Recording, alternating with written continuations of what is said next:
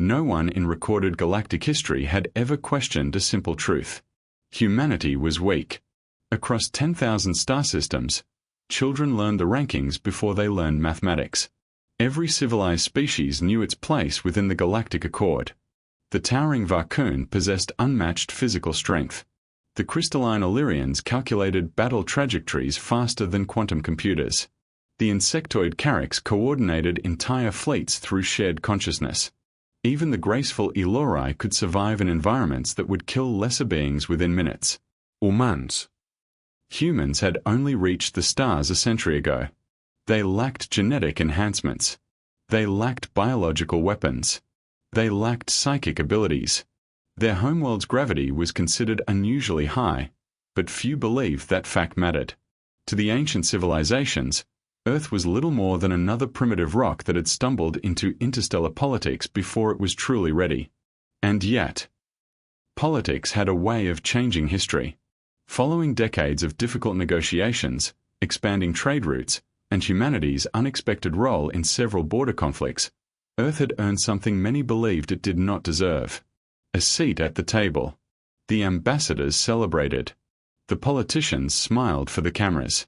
The military commanders, however, they remained unconvinced. Which was why, for the first time in history, a single human had been admitted into the most prestigious military institution in known space: the Galactic Vanguard Academy. An academy where legends were forged, where admirals were trained, where entire civilizations competed for the honor of sending even one cadet. Today, every eye was fixed upon the lone human walking through its enormous gates. The academy rose above the planet like an artificial mountain. Its silver towers disappeared into drifting clouds.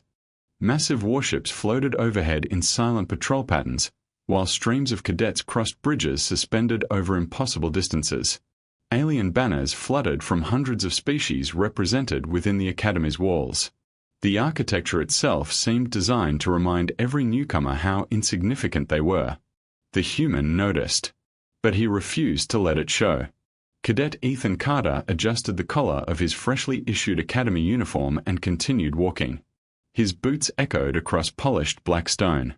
Every step felt louder than the last. Every whisper around him grew clearer. That's him. The human. I thought they'd be taller. No. That's actually one of their soldiers. They sent that? Laughter spread through nearby groups. Some tried to hide it. Others made no effort at all.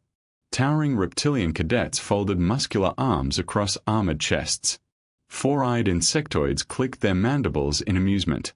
Feathered avians tilted their heads, openly studying him like a museum exhibit. One massive Varkoon cadet deliberately stepped into Ethan's path. The alien stood nearly 3 meters tall.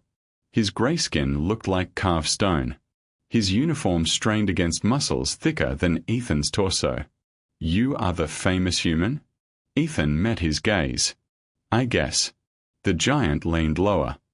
I expected something larger. Several cadets laughed. Ethan remained silent. Another voice joined in. Be careful. Earth creatures break easily. More laughter. The Varkoon smiled. I hear your species still fights wars using emotions. Ethan shrugged. Sometimes. You admit weakness? I admit we are human. The simple answer confused the alien long enough for Ethan to step around him. The laughter faded. Not because Ethan had won. Because he hadn't reacted. He hadn't begged. He hadn't lost his temper. He simply kept walking. That unsettled them far more than anger would have. Hours later, hundreds of first-year cadets gathered inside Combat Arena 9. The arena stretched nearly a kilometer across beneath an energy dome. Floating drones recorded every movement. Instructors watched from elevated observation platforms. The Academy's commandant addressed them through amplified speakers. Today you begin proving your worth. No species receives special treatment. No civilization receives mercy. You either earn your place or history forgets you. The holographic battlefield materialized. Ruined cities. Collapsed bridges. Dense smoke. Every squad received a tactical objective. Ethan's assignment appeared on his wrist display. Secure Power Relay 7. Simple enough. He moved carefully through shattered buildings while scanning every possible approach. His instructors had barely explained the equipment. Alien technology remained unfamiliar. So he relied on something humanity had perfected over thousands of years. Observation. Footprints. Broken debris. Blind corners. Patterns. Someone had already moved through here. Recently. He crouched beside disturbed dust. Heavy boots. 3 individuals. Military spacing. Not academy procedure. His instincts whispered that something was wrong. Then he heard voices. They're almost here. Did you plant it? Of course. The human will never understand their scanners. Quiet laughter. Ethan froze. Sabotage. He slowly edged toward the ruined wall. Through a narrow opening he spotted 3 cadets. The Varcoon from earlier. An insectoid. An Elorian technician. One of them carefully attached an illegal plasma disruptor beneath the Academy relay. If activated, the explosion would disable half the arena. Perhaps worse. Ethan immediately reached for his communicator. A sharp crack echoed through the ruins. One of the aliens spun around. The human. Everything happened instantly. The insectoid slapped a remote trigger. The disruptor overloaded. Blue energy exploded through the relay. Emergency alarms screamed across the arena. Power grids collapsed. Training drones crashed from the sky. Several distant explosions followed as overloaded systems failed one after another. The 3 cadets ran. Ethan chased them for only a few steps before armed security drones surrounded him. Weapons locked. Cadet. Do not move. I didn't. Hands visible. He obeyed. The real saboteurs disappeared into the smoke.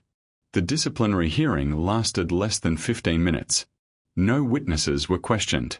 No recordings were reviewed. No forensic analysis was requested.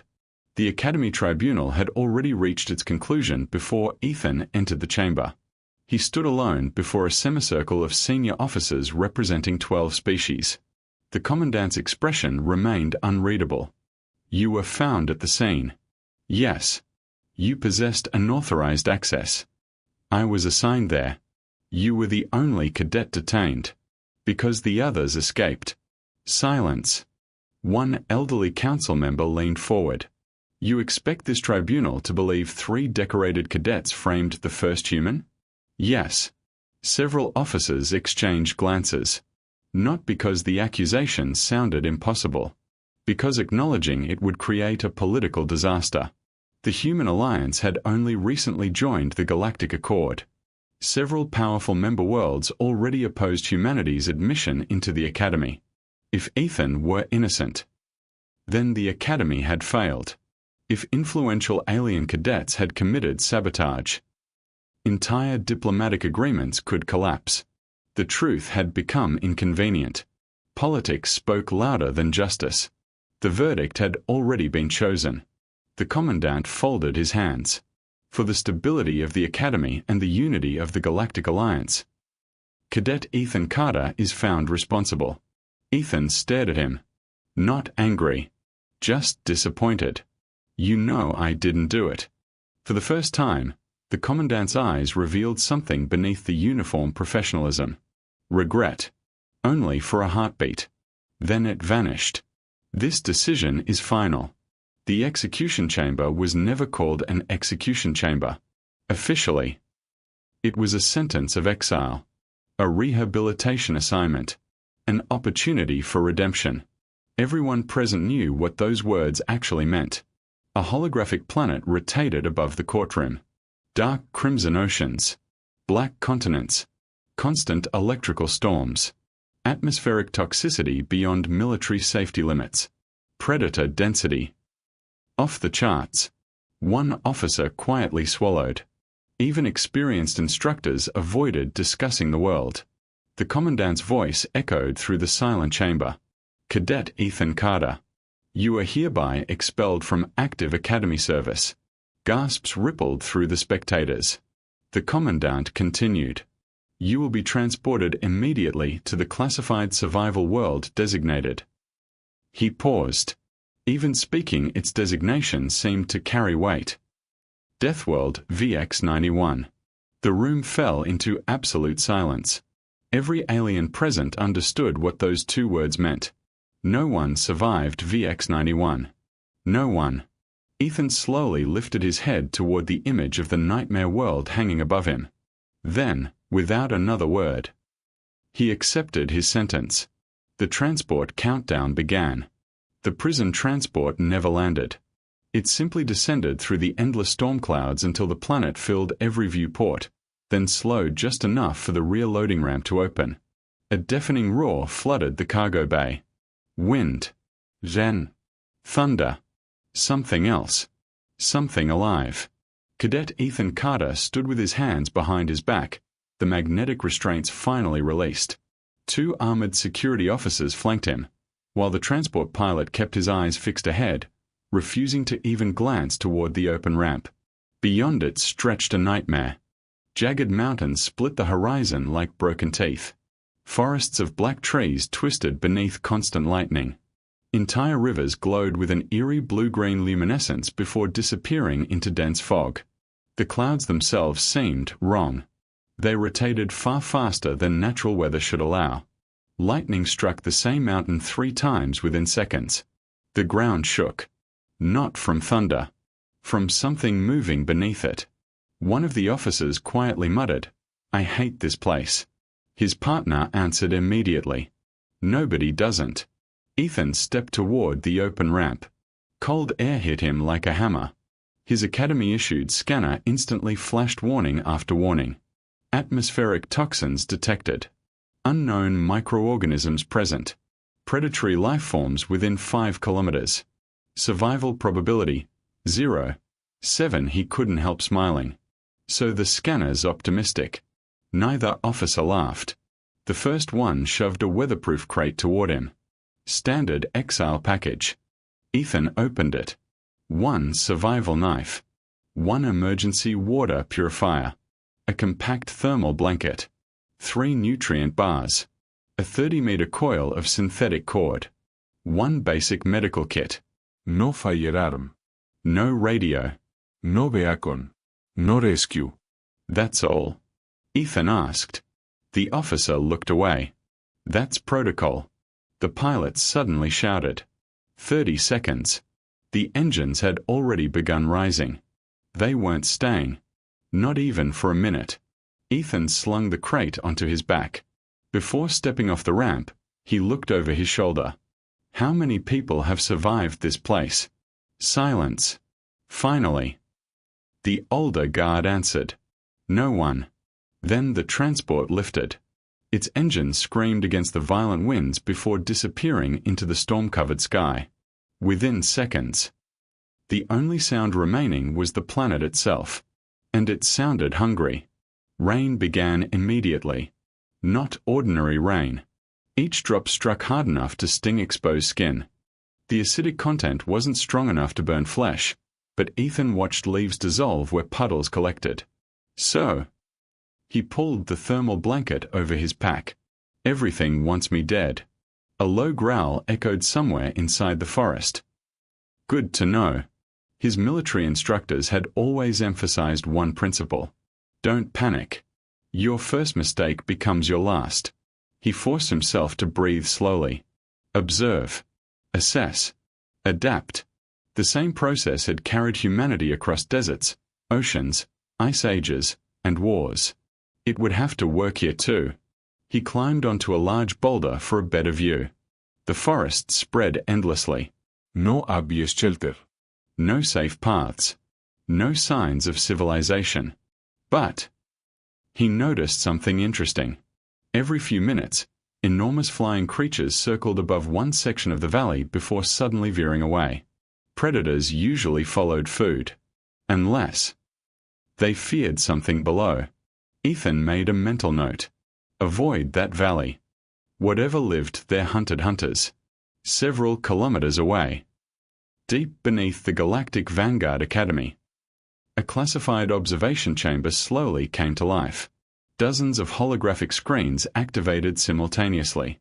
Tiny surveillance satellites hidden around VX-91 locked onto Ethan's position. Rows of military officers watched silently. The commandant stood near the center. "So," an elderly scientist whispered, "the experiment begins." One officer frowned. "I still don't understand why we are wasting resources monitoring him." Another answered without taking his eyes off the display. "Because no human has ever been studied under true Deathworld conditions." The scientist enlarged Ethan's medical readings. "Interesting." "What?" "His heart rate." "What about it?" "It stabilized." Several officers looked closer. Most newly exiled prisoners entered full panic within minutes. Adrenaline spikes. Rapid breathing. Poor decisions.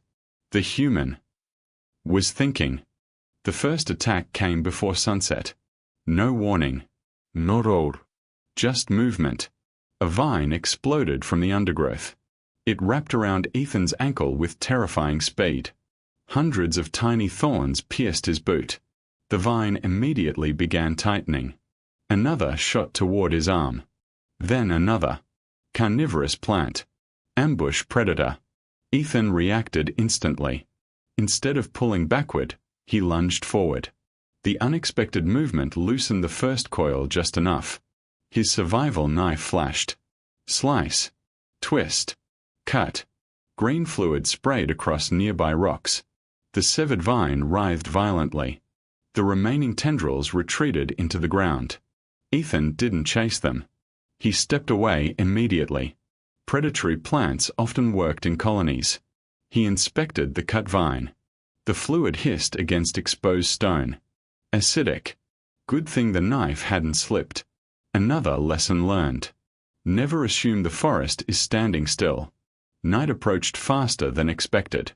The clouds blocked nearly all sunlight. Darkness arrived like someone extinguishing the universe.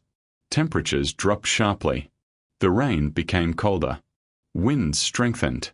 Ethan found the remains of a massive fallen tree lodged between two enormous rocks. Not ideal, but defensible. He immediately began working. Break branches. Collect dry bark hidden beneath fallen logs. Gather broad leaves. Stack stones. Tie supports. No wasted movement.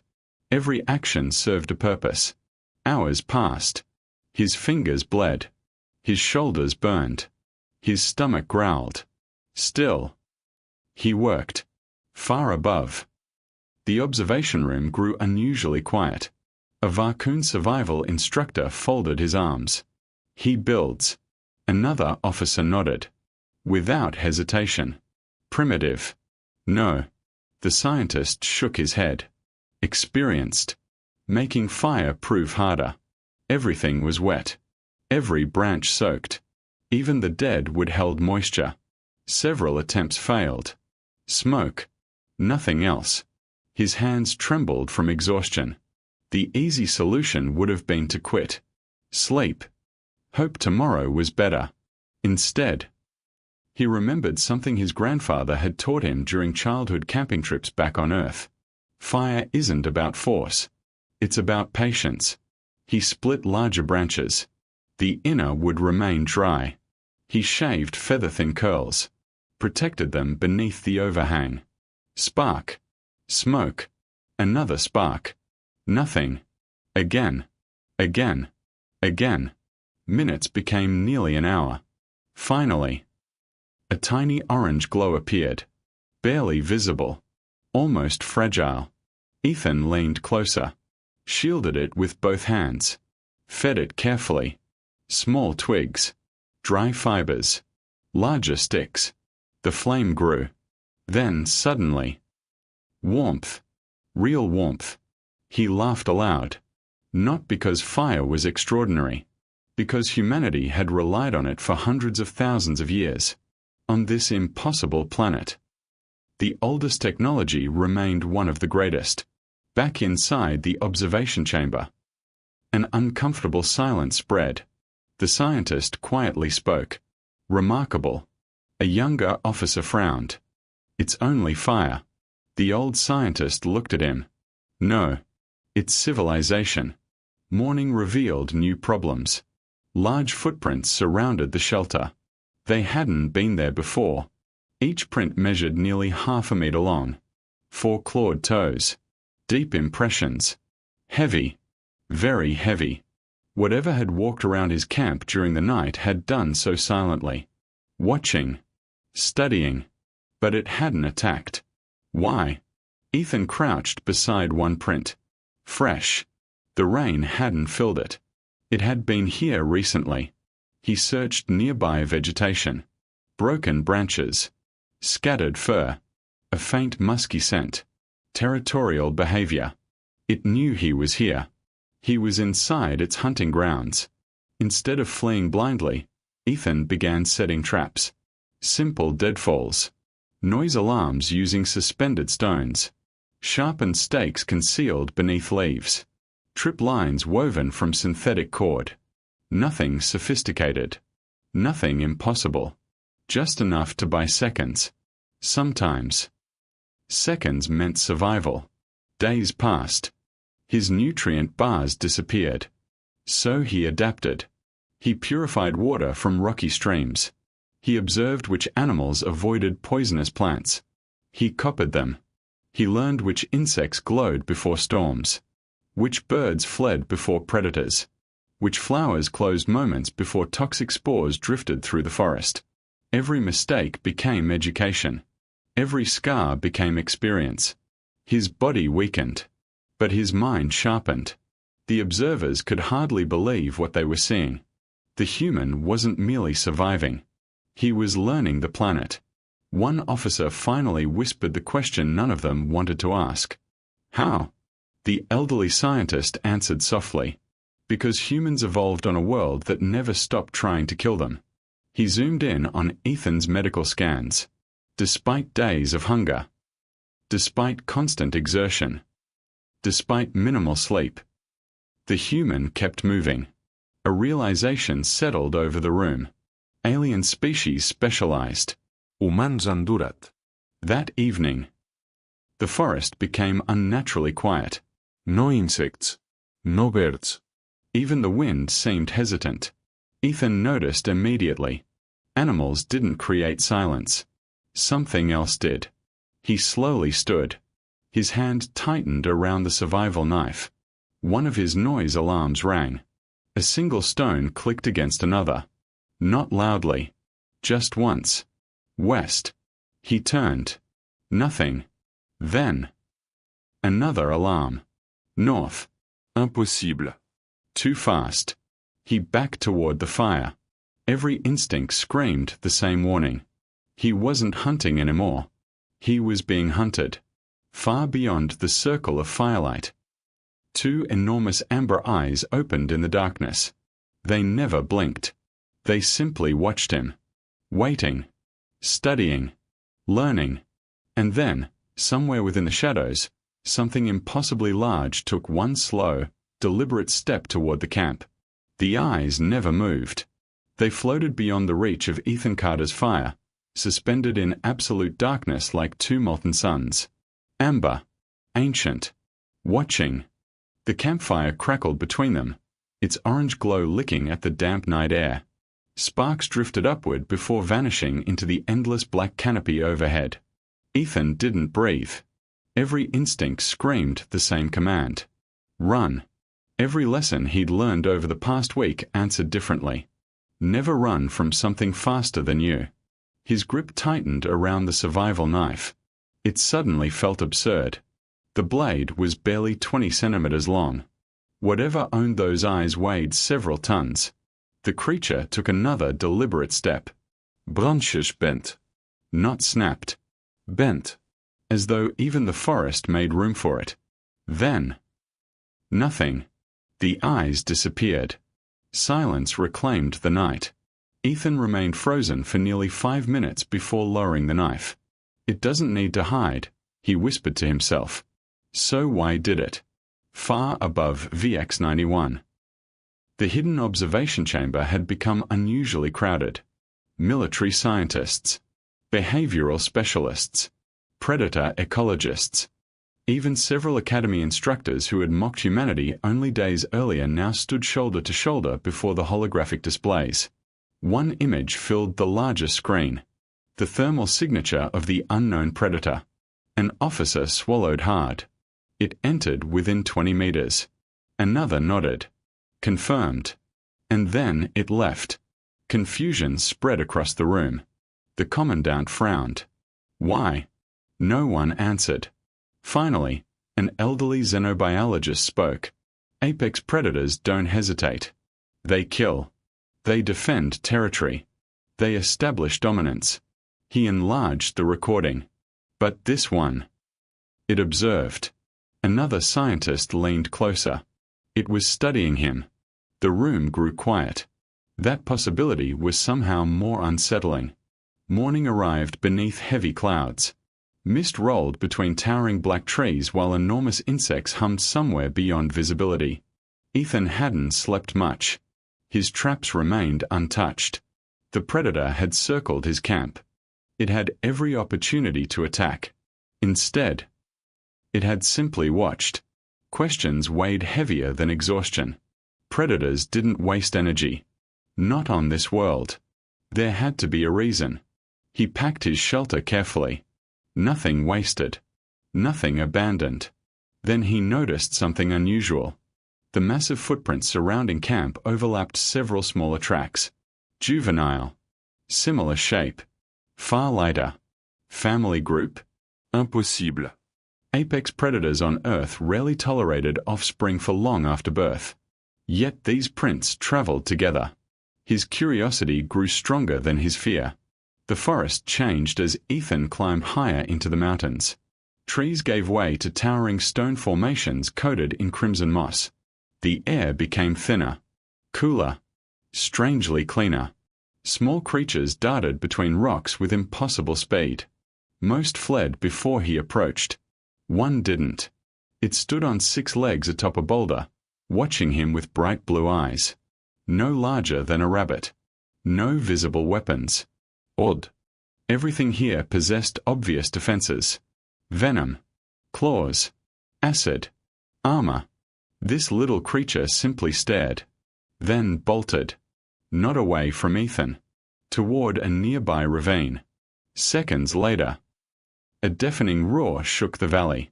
The tiny animal vanished. Ethan instinctively dropped behind a rock. Something enormous crashed through the trees. Not the amber-eyed predator. This was different.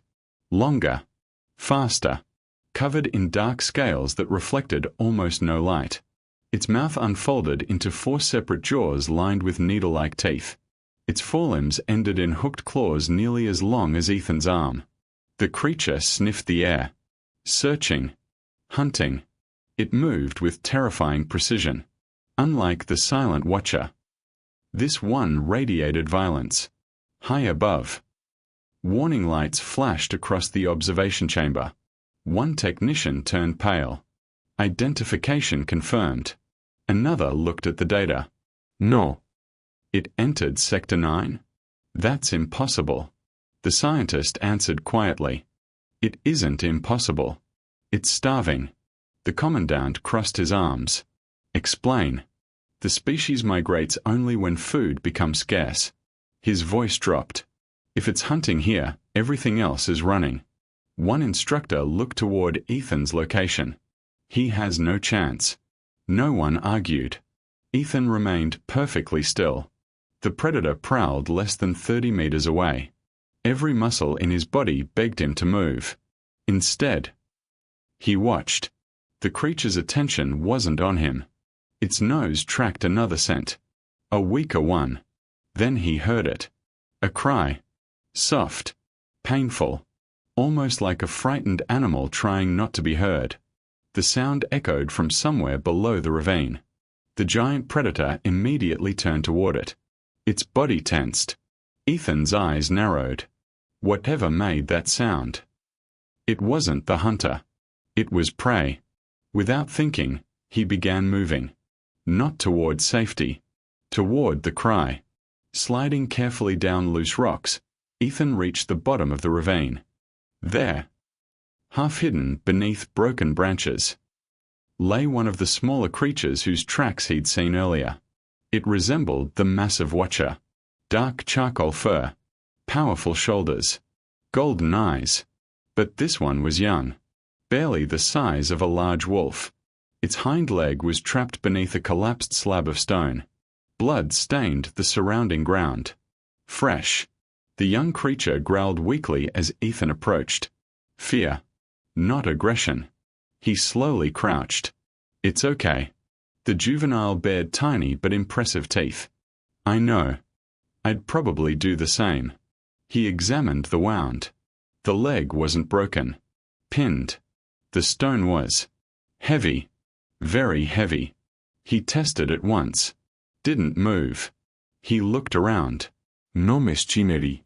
No levery. Only fallen branches. His eyes settled on a thick limb nearly 3 meters long. A lever. Primitive. Reliable. He wedged one end beneath the rock. Found a stable pivot. Then pushed. Nothing. He repositioned. Pushed again. His shoulders strained. Muscles burned. The branch creaked dangerously. The stone shifted. Only a few centimeters. Not enough. Sweat poured down his face. His palms tore against rough bark. Again. Again. Again. Finally. The rock rolled aside. The young creature pulled its injured leg free but collapsed immediately. Ethan dropped beside it. The wound bled steadily. He hesitated only a second before opening his precious medical kit. There would be no replacement. Every bandage mattered. Every antiseptic patch reduced his own chances of surviving. Still. He cleaned the injury. The juvenile whimpered. It's going to sting. It means it's working. He wrapped the leg tightly. The animal watched every movement. Never once tried to bite him. Its breathing gradually slowed. Trust. No. Recognition. It understood help. A branch snapped above. Ethan looked up. Too late. The scaled predator had found them. Its forejaws spread wide as it descended into the ravine. Its eyes ignored Ethan entirely. They locked onto the injured juvenile. Easy prey. The young creature struggled to stand. Its injured leg failed. The monster lunged. Ethan reacted instantly. He grabbed a burning resin branch from his packfire bundle and hurled it directly toward the predator's face. The creature recoiled. Not from pain. From surprise. Ethan shouted at the top of his lungs. Hey! The predator turned. Now it saw him. Good. That was the point. Humans had hunted dangerous animals for thousands of years. Sometimes the safest place wasn't away from danger. Sometimes it was where the danger expected the least resistance. The predator charged. Ethan sprinted sideways, not blindly, but toward a narrow gap between 2 towering boulders he'd noticed moments earlier. The massive creature followed. Too large. Too fast. Too committed. It squeezed into the gap. The stone walls funneled its momentum. Exactly what Ethan wanted. As it forced itself forward, loose rocks high above began shifting. He'd noticed the unstable cliff when he entered the ravine. Now he aimed for it. Picking up a fist-sized stone, Ethan hurled it into the fractured overhang. Once. Twice. 3 times. The final impact dislodged a crack support slab.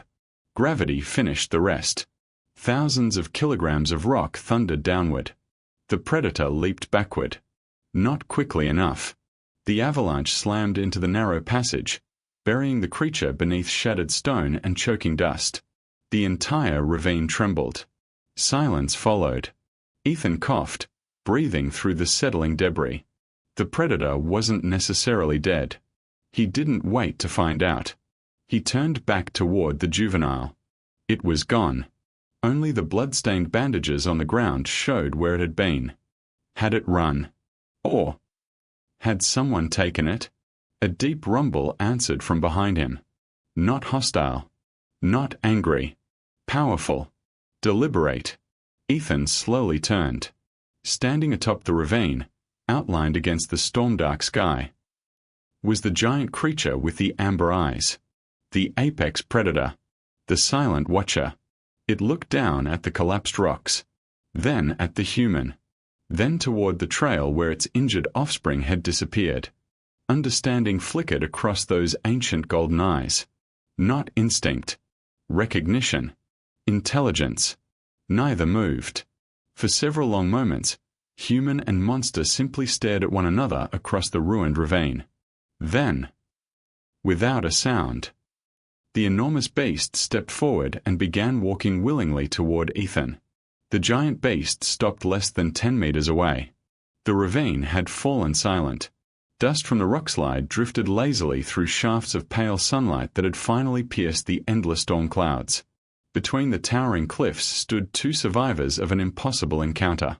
One was a lone human carrying little more than a worn survival knife, an almost empty medical kit, and the stubborn refusal to die. The other was the undisputed apex predator of VX-91. The creature stood nearly 4 meters at the shoulder. Its charcoal-black fur shimmered beneath the light like polished obsidian. Thick muscles rolled beneath its hide with every controlled breath. Twin ivory horns swept backward from its skull, scarred by countless battles. Long claws rested against the stone with effortless confidence. Most striking were its eyes. Not the terrifying amber glow. The intelligence behind them. They were not examining prey. They were judging character. Ethan slowly lowered his knife. "If you wanted me dead." He managed a tired smile. "I think I would have been dead already." The beast remained perfectly still. Neither trusted the other. Yet neither attacked. For nearly a full minute, they simply watched. Then the giant lowered its massive head toward the bandage wrapper Ethan had discarded while treating the juvenile. It inhaled deeply. Its ears twitched. A low rumble vibrated through its chest, not threatening, almost thoughtful. Then it looked directly into Ethan's eyes. The human instinctively held the gaze. On Earth, staring into a predator's eyes could provoke a challenge. Breaking eye contact too quickly could signal fear. Every species had rules. Perhaps this one did too. Seconds stretched into eternity. Finally, the enormous beast gave one slow nod, then turned away. Without another sound, it disappeared into the forest, leaving Ethan alive. Inside the hidden observation chamber, no one spoke. The recording replayed again. And again. The commandant folded his arms tightly. "Slow it." The footage dropped to 1/10 speed. Every movement became unmistakable. The beast had approached, assessed the human, examined the medical supplies, acknowledged the scent of its offspring. Then, it had deliberately left. A behavioral analyst leaned forward. It wasn't mercy. The scientist beside him nodded. No. It reached a conclusion. What conclusion? The elderly xenobiologist answered quietly. It determined the human wasn't an enemy. Silence settled over the chamber. One young officer laughed nervously. "You're suggesting an apex predator performed social evaluation?" "No." The scientist kept watching the screen. "I'm suggesting we've underestimated both species." Days passed. Then weeks. VX-91 never became easier. Only more familiar. Ethan abandoned the temporary shelter he'd first built and chose higher ground overlooking a winding river of crystal blue water. The water itself remained poisonous unless filtered through volcanic stone, something he had discovered only after watching enormous grazing animals drink from naturally carved basins instead of directly from the river. The planet was teaching him. Not with words. With consequences. Every observation mattered. Every mistake carried a price. He rebuilt his shelter from the ground up. Stone walls. A roof woven from giant water-resistant leaves. Smoke vents. Rain collectors. Food storage elevated beyond the reach of scavengers. What had once been a desperate camp slowly transformed into a true home. Primitive, but remarkably efficient. Far above. The Academy's survival experts watched in growing disbelief. He redesigned the shelter. Again. Why? A human cultural specialist answered. Because humans rarely stop improving things. The weather shifted without warning. One morning the skies turned emerald green. The forest erupted into frantic motion. Bird-like creatures abandoned their nests. Massive herbivores stampeded toward higher elevations. Even insects disappeared beneath rocks. Ethan noticed immediately. Animals knew something. He didn't. He packed essential supplies within minutes. Food, water, fire-making tools, medical kit. No hesitation. Then he followed the fleeing wildlife. Hours later, the valley behind him vanished beneath a river of black mud as an entire mountainside collapsed. Trees disappeared. Rivers changed direction. Anything remaining below was buried forever. Ethan stared silently. If everyone runs, there's usually a reason. The lesson stayed with him. Nature always spoke. The wise listened. The juvenile returned first. It appeared one evening near the edge of camp. Its injured leg still carried a faint limp, but the wound had healed cleanly. The young predator cautiously approached the fire. Not too close. Just enough to watch. Ethan smiled. So, you survived. The juvenile tilted its head. He tossed a strip of cooked meat toward it. The creature sniffed. Ignored the food. Instead, it nudged the wrapped bandage lying beside Ethan's pack.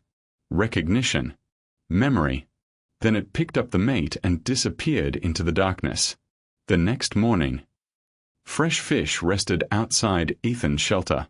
No tracks. No sounds. Only the gift. Ethan laughed softly. I guess that's a thank you. The giant beast began appearing more frequently. Never suddenly. Never aggressively. Always at a respectful distance. Sometimes it watched from cliffs overlooking Ethan's camp. Sometimes from dense forests. Occasionally, it simply walked beside him for several minutes before vanishing again. No commands. No attempts at domestication. Ethan never called it. Never fed it directly. Respect traveled both directions. One afternoon, while tracking six-legged antelope across a rocky plateau, Ethan noticed the herd behaving strangely. Their ears pointed toward the western ridge. Their bodies remained tense. Predators. He immediately changed course.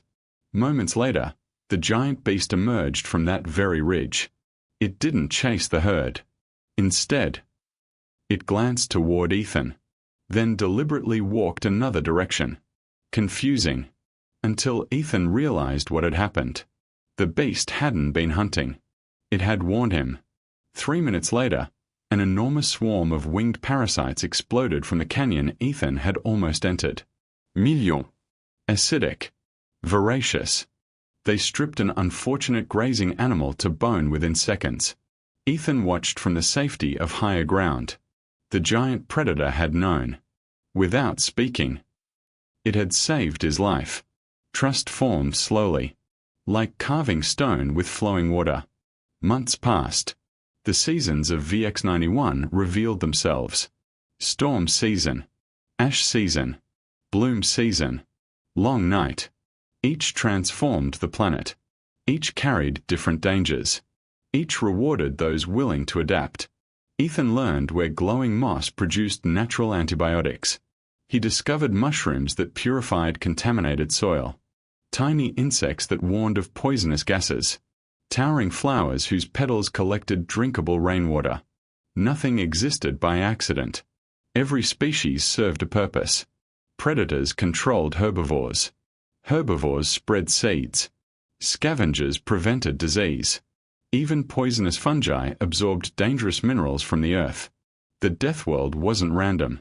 It was balanced. Brutal. Perfectly balanced. The realization struck him during a sunrise unlike any before. The giant beast stood atop a nearby cliff. Below them, dozens of species gathered peacefully around a geothermal spring. Predators. Prey. Scavengers. None attacked. Not one. For nearly an hour they simply drank. Then dispersed. The giant beast watched quietly. as though expecting Ethan to understand. He did. There are rules. The beast's ears twitched. This place isn't chaos. It's an ecosystem. The creature looked toward him. For the first time. It made the same low rumbling sound he'd heard when it recognized the scent of its injured offspring. Agreement. Back in the observation chamber, the revelation stunned everyone. A planetary ecologist enlarged satellite maps. He mapped migration routes. Another scientist interrupted. No. He predicted them. He built his shelter outside every seasonal flood zone. He harvests only renewable food sources. He avoids nesting territories. The commandant frowned. Meaning? The scientist looked around the silent room. The human isn't surviving against the Deathworld anymore. A pause. He's surviving with it. No one had ever documented behavior like this. Every previous exile had fought the planet. Every previous explorer had tried to conquer it. The human had done something entirely different. He had become part of it. One evening, as crimson twilight settled across the mountains, Ethan sat beside his fire repairing worn boots with strands of woven plant fiber. The juvenile slept peacefully a short distance away. The giant beast rested on a nearby ridge, keeping silent watch over the valley. For the first time in months. Ethan felt something unfamiliar. Hope. Not hope of rescue. Hope of tomorrow. Hope that he belonged somewhere again. The ground suddenly trembled. At first. Only slightly. The juvenile's head snapped upright. The giant beast surged to its feet. Its calm vanished instantly. It looked toward the distant mountains. Not with anger. With alarm. Birds exploded into the sky. Entire herds began running. The forest itself seemed to awaken. Then the tremor came again. Far stronger. Deep beneath the planet. Something impossibly massive moved. The mountains echoed with a low mechanical hum unlike anything natural. Ancient. Powerful. Sleeping for untold ages. Now. Awakening. Miles beneath Ethan's feet, an enormous underground structure activated for the first time in countless millennia.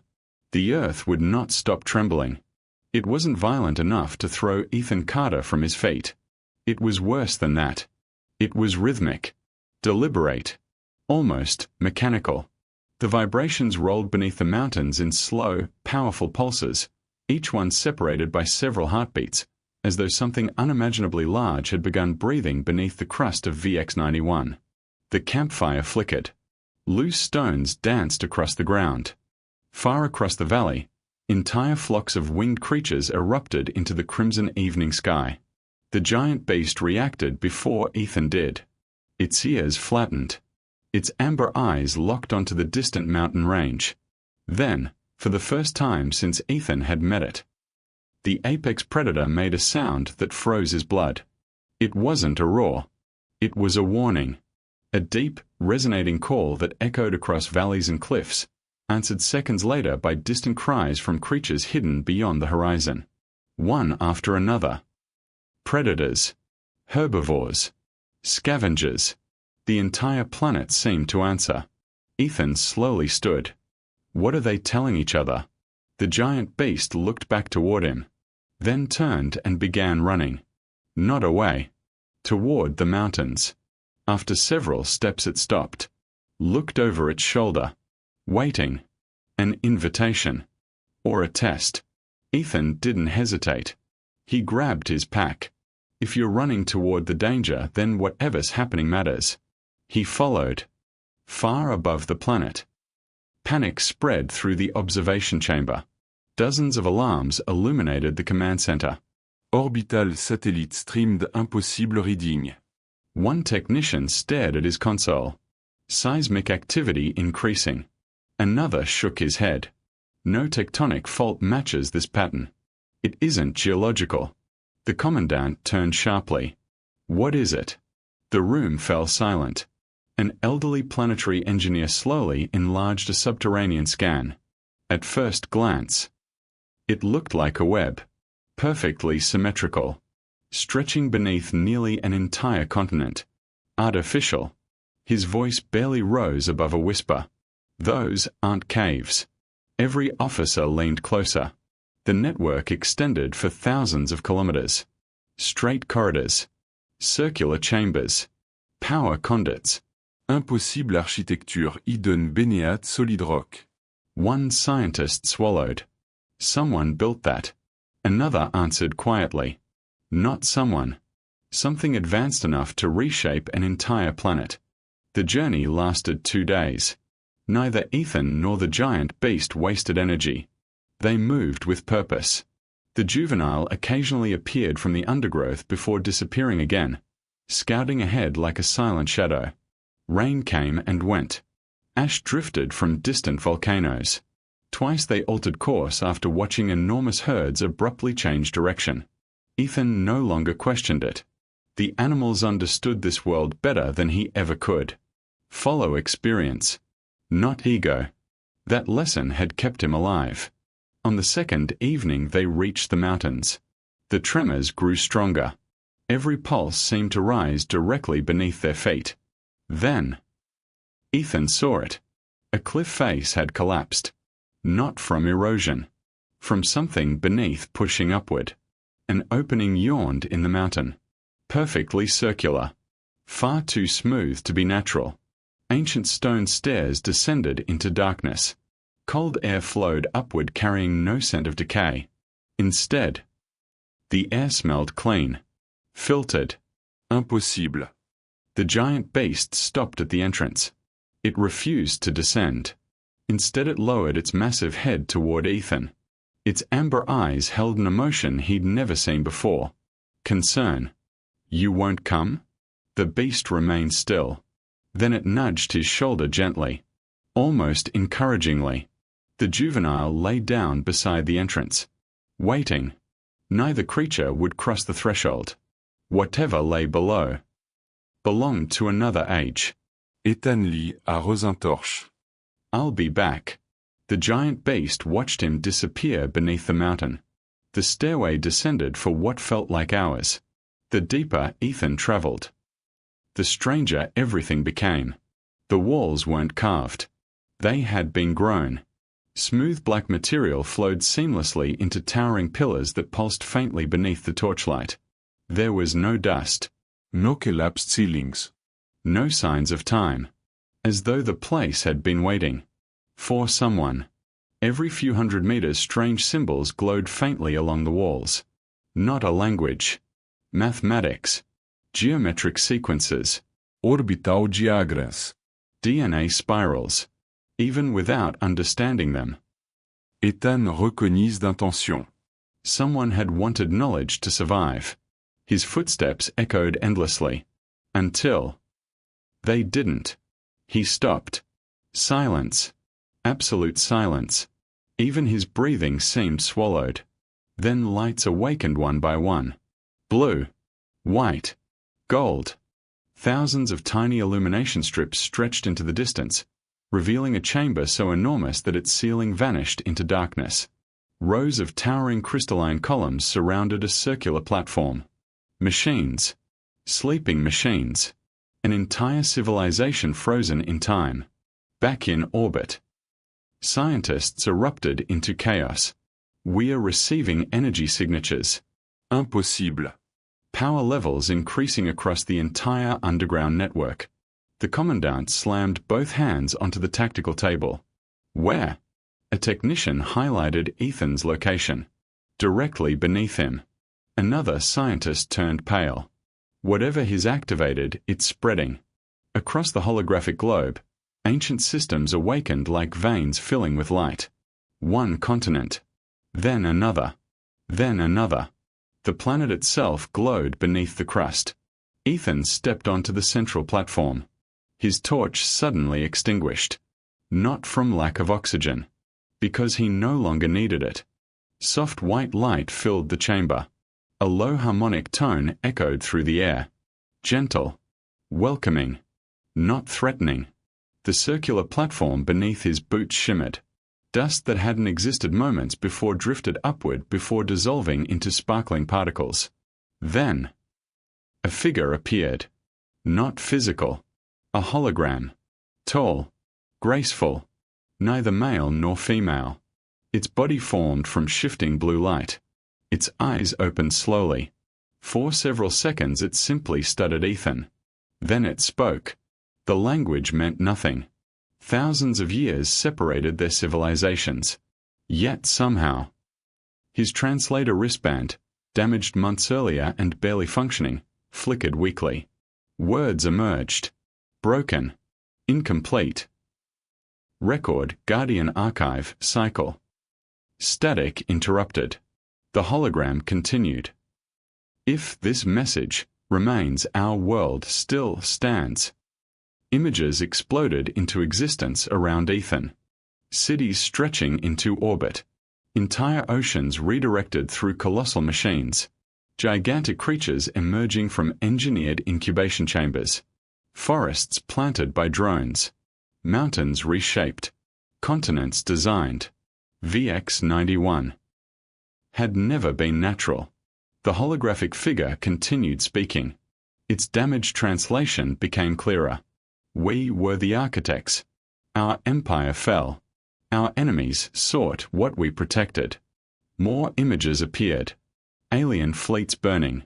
Planetary bombardments. Civilizations collapsing.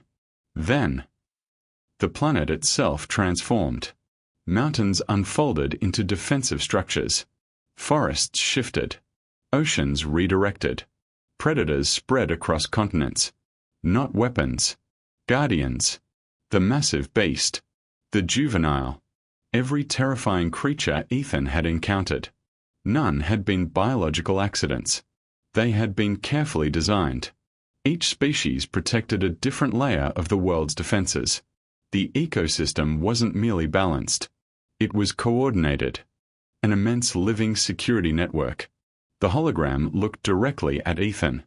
The Guardians were never failures. They remember. They choose. They protect. A final image emerged.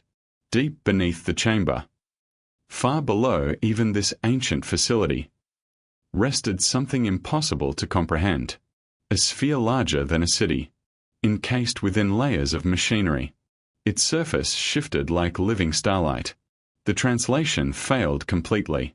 Only one phrase came through. Never allow them to awaken it. The recording dissolved, leaving only silence. Ethan stared into the darkness beneath the platform. What is it? No answer came.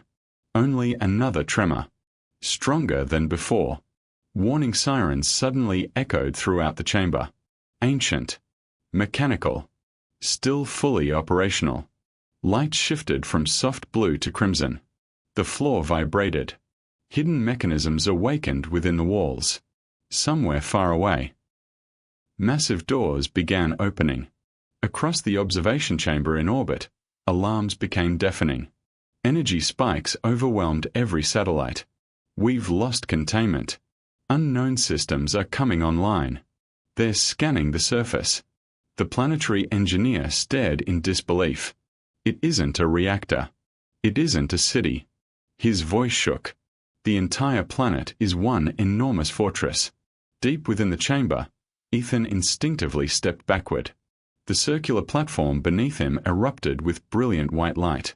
Thin beams swept across his body. Head, chest, arms, eyes. The scan lasted only seconds. Then every alarm stopped.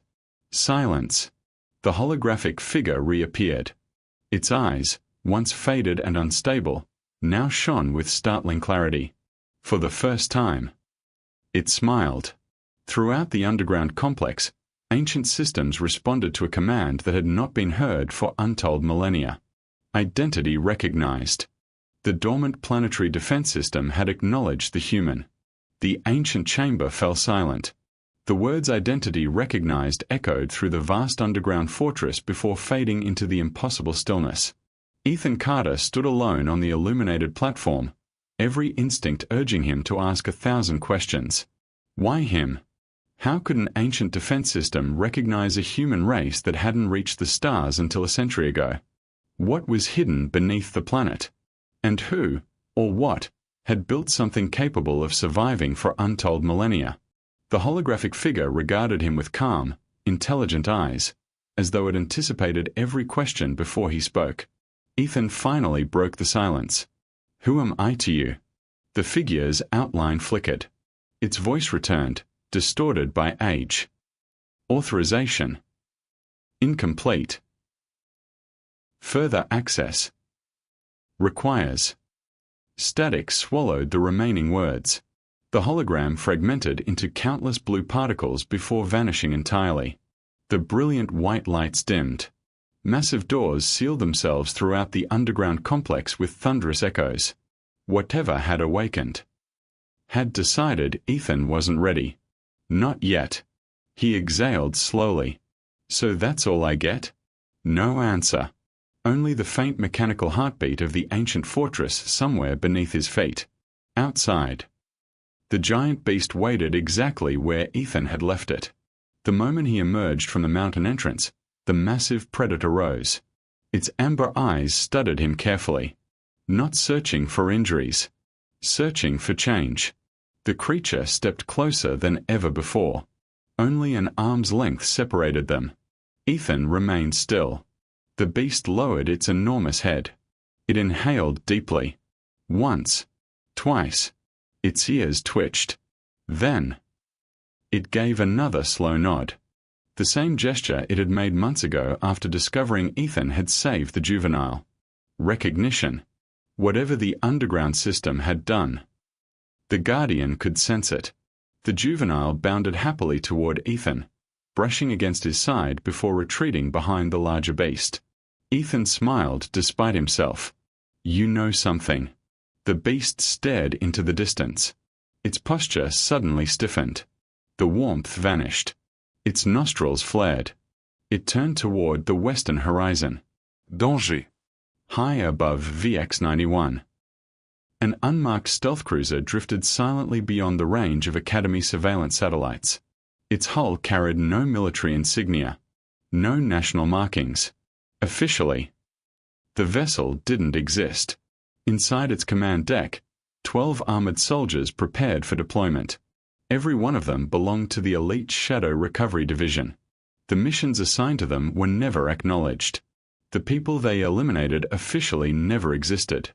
Their commander, Captain Varric, studied a holographic map of VX-91. A reptilian veteran with silver scars crossing his face, Varric had survived more classified operations than most admirals knew about. He wasn't afraid of Deathworlds. He was afraid of secrets. A woman wearing civilian intelligence robes entered the briefing room. No rank insignia. No name plate. Only authority. She placed a sealed data crystal onto the table. "The target?" Varric asked. The woman activated the briefing. A single image appeared. Cadet Ethan Carter. Human. Status. Exiled. Expected status. Deceased. Our orbital observers have detected unauthorized energy activity beneath VX-91. Varric frowned. The human caused it? We don't know. So we retrieve him.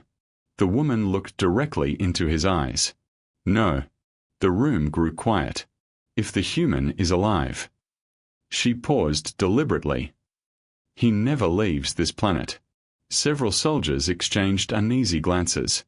One finally asked, "What about the underground signals?" The woman's expression never changed. "You will destroy every piece of evidence connected to them." Captain Varric folded his arms. "What exactly are we burying?" For the first time. The woman hesitated, then answered with a single sentence. "The kind of truth that can start wars." The stealth cruiser descended beneath heavy storm clouds. Its engines remained nearly silent. Instead of landing openly, it released 6 compact assault pods. Each pod plunged through the atmosphere independently. No bright engine trails. No radio transmissions. No warning. One after another they disappeared into the forests of VX-91. The hunters had arrived. Several hours later. The retrieval squad regrouped inside a narrow valley. Advanced camouflage armor shimmered with the surrounding landscape. Combat drone flotted silently overhead. Every soldier carried enough firepower to eliminate armored vehicles. One operative scanned the area. No biological remains. Captain Varric nodded. As expected. Another soldier pointed toward the ground. Tracks. The squad approached cautiously. Varric knelt. Large footprints. Human. Months old. And fresh. His expression hardened. Impossible. Another operative activated a portable scanner. It gets stranger. He enlarged the display. These tracks repeat the same patrol routes. He's been circling. Regularly. One sniper laughed. So the primitive built habits. Varric ignored him. Something bothered him. Humans under survival stress became unpredictable. This pattern wasn't random. It suggested planning. Routine. Discipline. The deeper they traveled, the stranger everything became. A stream had been diverted using carefully stacked stone channels. Fishing traps rested beneath the current. Still functional. Smoke stains blackened a rocky overhang. Trees had been selectively cut to prevent landslides. Medicinal plants grew together in organized patches. Someone had transplanted them. One engineer examined woven vines stretched between trees. Early warning system. Another discovered elevated food storage. Beyond that, hidden pit traps. Noise alarms. Escape routes. Captain Varric slowly stood. This isn't a survivor. One soldier looked confused. What is it then? Varric answered quietly. This is a frontier outpost. The words unsettled everyone. No one built something like this accidentally. Not on VX-91. Far away. Ethan crouched beside a narrow waterfall while repairing a spear he had fashioned from volcanic hardwood.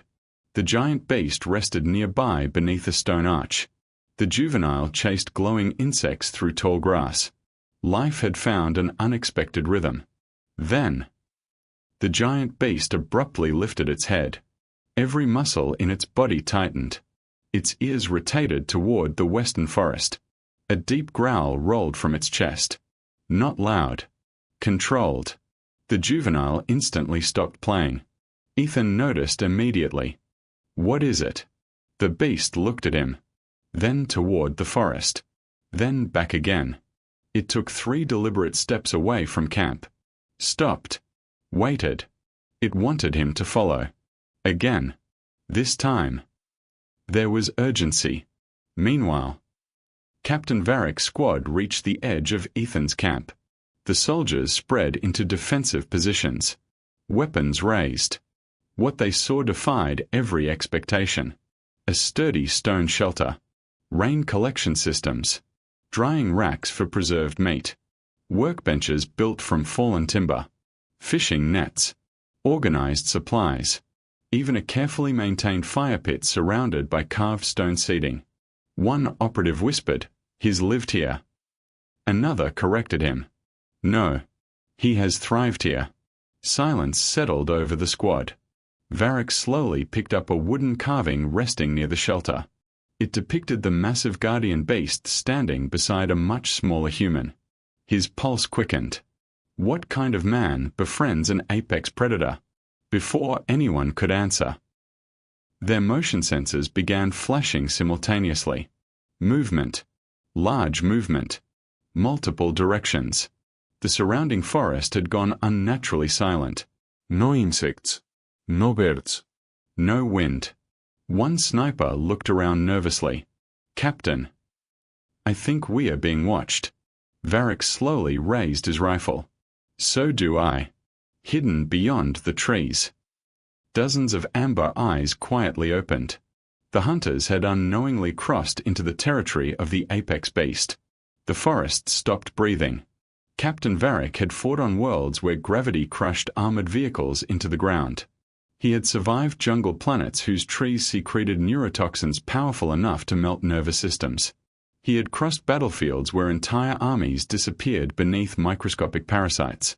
Nothing had ever frightened him like silence. The insects had stopped. The wind no longer touched the leaves. Even the rain seemed to hesitate before falling through the black canopy.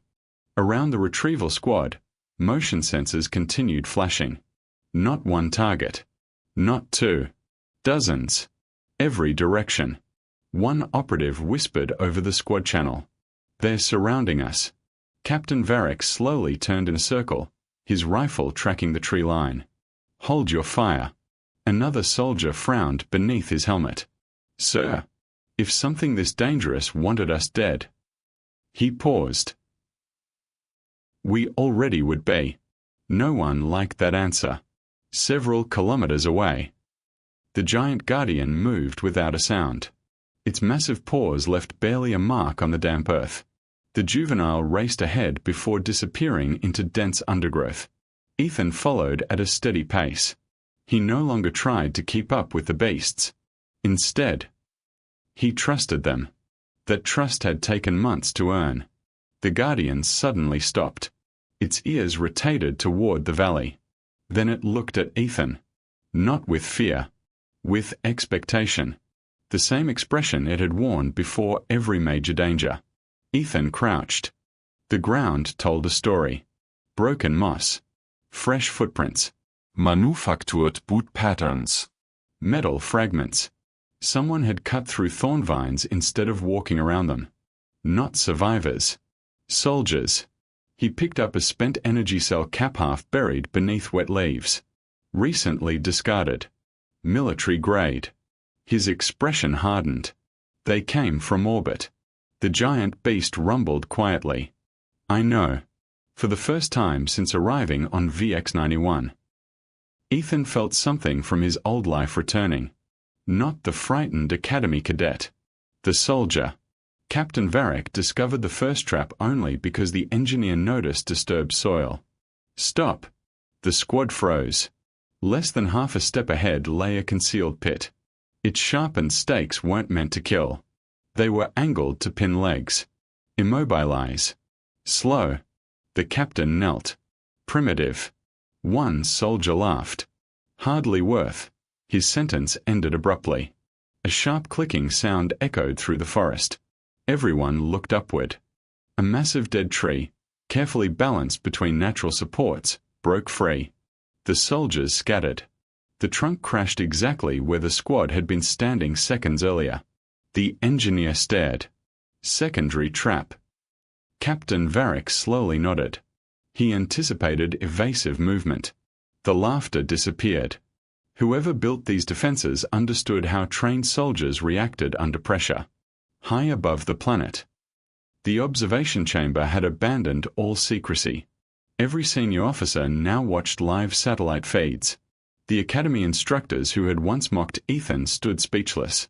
One survival expert replayed the trap sequence repeatedly. He never intended to kill them. Another looked surprised. Why not? Because dead enemies teach nothing. The elderly scientist quietly corrected him. No. He needs them moving. The holographic map updated. Every escape route from the first trap led naturally toward another section of forest. Another obstacle. Another bottleneck. Another choice Ethan had already predicted. The scientist smiled faintly. They're walking exactly where he wants them. The retrieval squad pressed forward. Professional discipline returned. Drones spread into wider formations. Thermal scanners searched every ridge. Motion detectors recalibrated. Captain Varric wasn't hunting blindly anymore. He was solving a battlefield. Then, one of the drones vanished. Not exploded. Vanished. Its signal simply disappeared. Another followed. The operator frowned. Signal interference? No. He enlarged the telemetry. It stopped transmitting before impact. Captain Varric looked upward. Branches swayed gently. Nothing visible. Then a metallic object dropped from above. One of their own reconnaissance drones. Perfectly intact. A woven vine had wrapped around its stabilizers, pulling it into the canopy where primitive counterweights disabled it without damaging its electronics. The operator stared. He studied the drone. No. Varric corrected quietly. He stuttered us. Ethan moved through the trees like someone who belonged there. Months ago, every vine had been an obstacle. Every strange sound a mystery. Now, each carried meaning. He noticed broken bark on a distant tree. The retrieval squad had passed there. A flock of blue-winged gliders suddenly changed direction. Someone had disturbed their nesting grounds. A family of six-legged herbivores stood perfectly still, staring east. Humans had once tracked deer through forests, read footprints across deserts, hunted across snowfields. The galaxy called those skills primitive. VX-91 called them survival. The Guardian looked toward Ethan. He nodded once. I see them. Captain Varric finally saw the human. At first, only a silhouette, standing calmly atop a rocky cliff overlooking the valley. No armor. No academy uniform. Instead, layered clothing stitched from durable Deathworld hides. Protective leather reinforced with woven plant fibers. A spear rested casually in one hand. A survival knife at his waist. The frightened cadet was gone. The figure on the ridge stood with complete confidence, like someone defending home. One sniper raised his rifle. Captain Varric pushed the barrel aside. No. I want him alive. Ethan spoke first. His voice carried easily across the valley.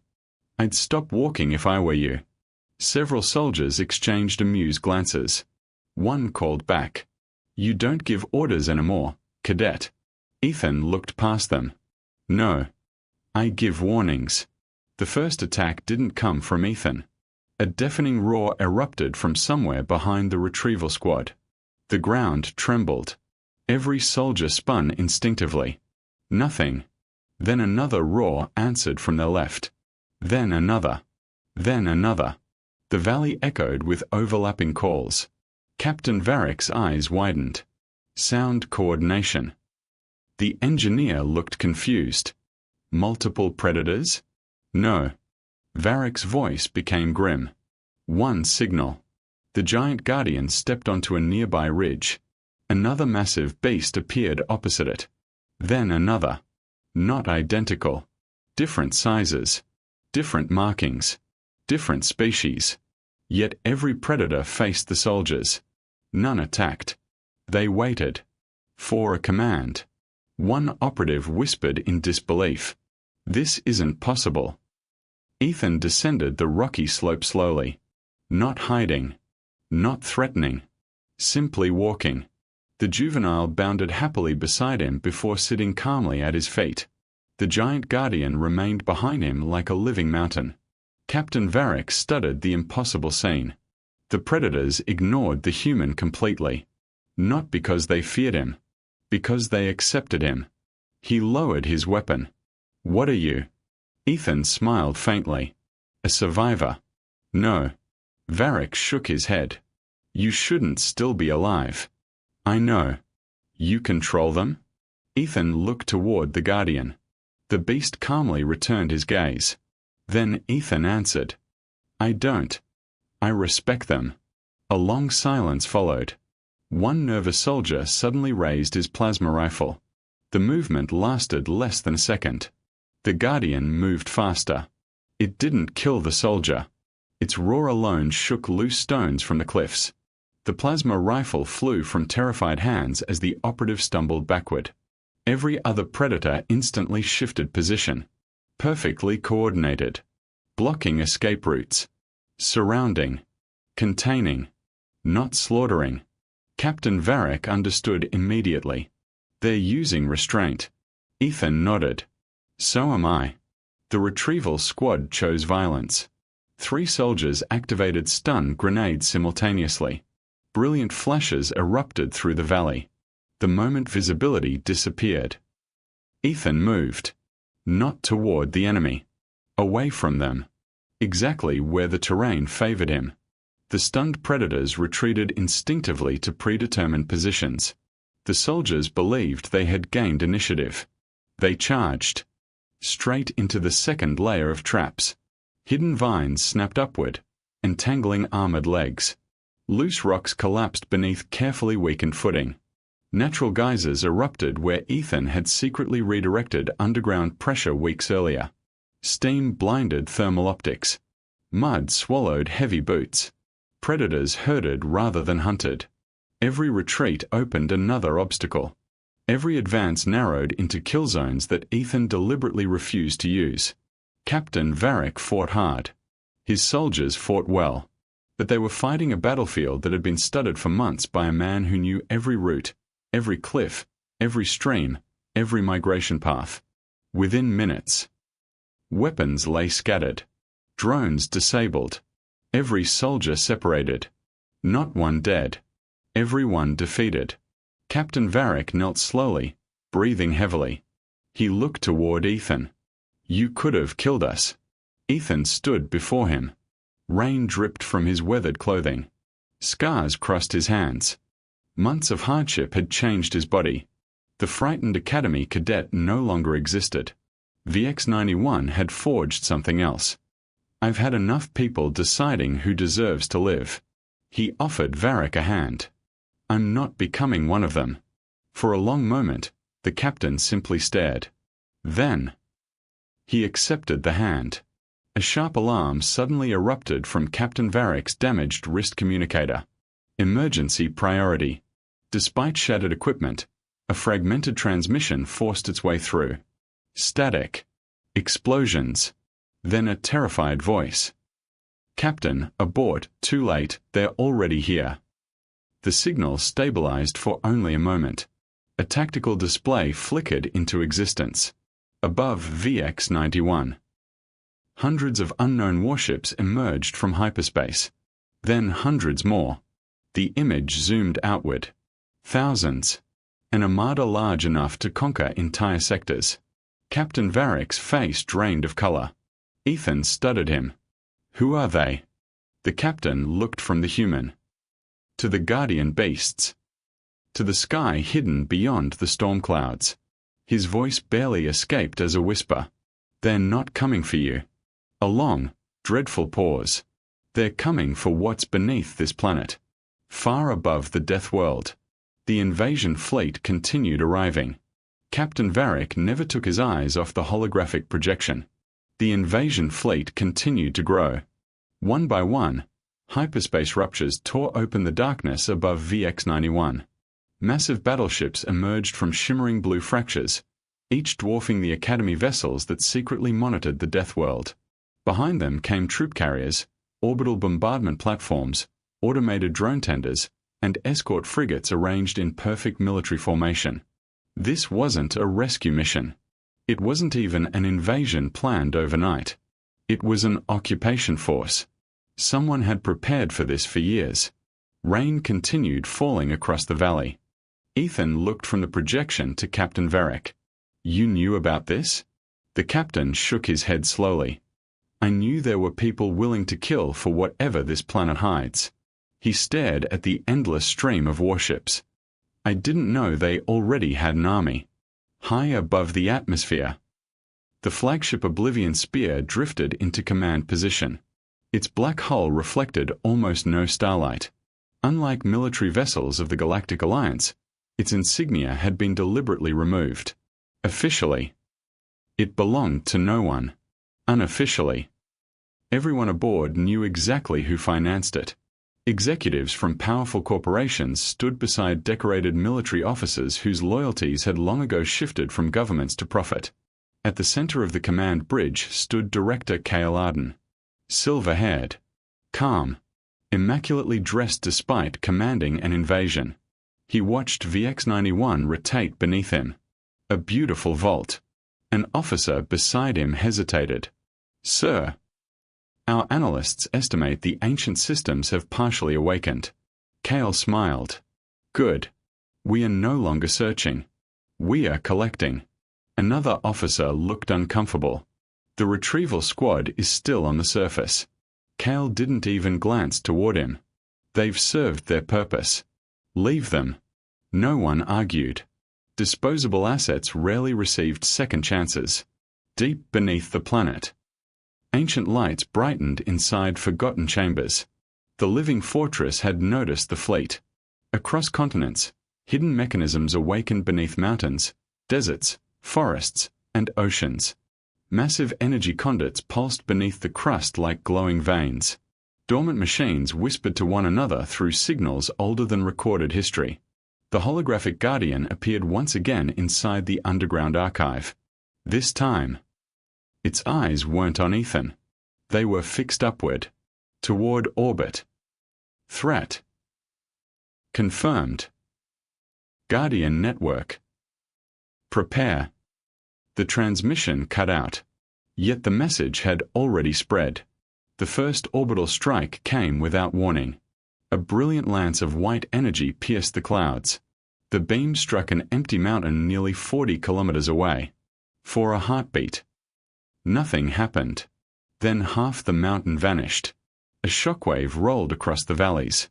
Trees bent flat. Birds exploded into the sky. A wall of dust climbed kilometers into the atmosphere. Every living creature felt it. Ethan staggered as the ground shook beneath him. The juvenile flattened its ears. The giant guardian roared, not in anger, in alarm. Captain Varric stared at the distant explosion. They are probing. They are testing the defenses. Another strike followed. Then another. Each one farther apart. Searching. Mapping. The invaders weren't trying to destroy VX-91. They were trying to force it to reveal its secrets. The forest answered. At first. Only small movements. Tiny glowing insects emerged from beneath leaves. Then came birds. Thousands of them. Entire flocks abandoned nesting grounds and flew toward the mountains. Massive herbivores altered migration routes simultaneously. River creatures disappeared beneath deep caverns. Even the poisonous vines Ethan had learned to avoid slowly retracted into the earth. Everything was moving with purpose. Captain Varric frowned. They're evacuating. Ethan shook his head. No. He watched the organized movement carefully. They're making room. Across the hidden observation station. Chaos erupted. Academy officers shouted over one another. The invasion fleet ignored our warning beacons. They are jamming communications. We've lost 3 surveillance satellites. The commandant watched silently. The elderly xenobiologist suddenly enlarged planetary scans.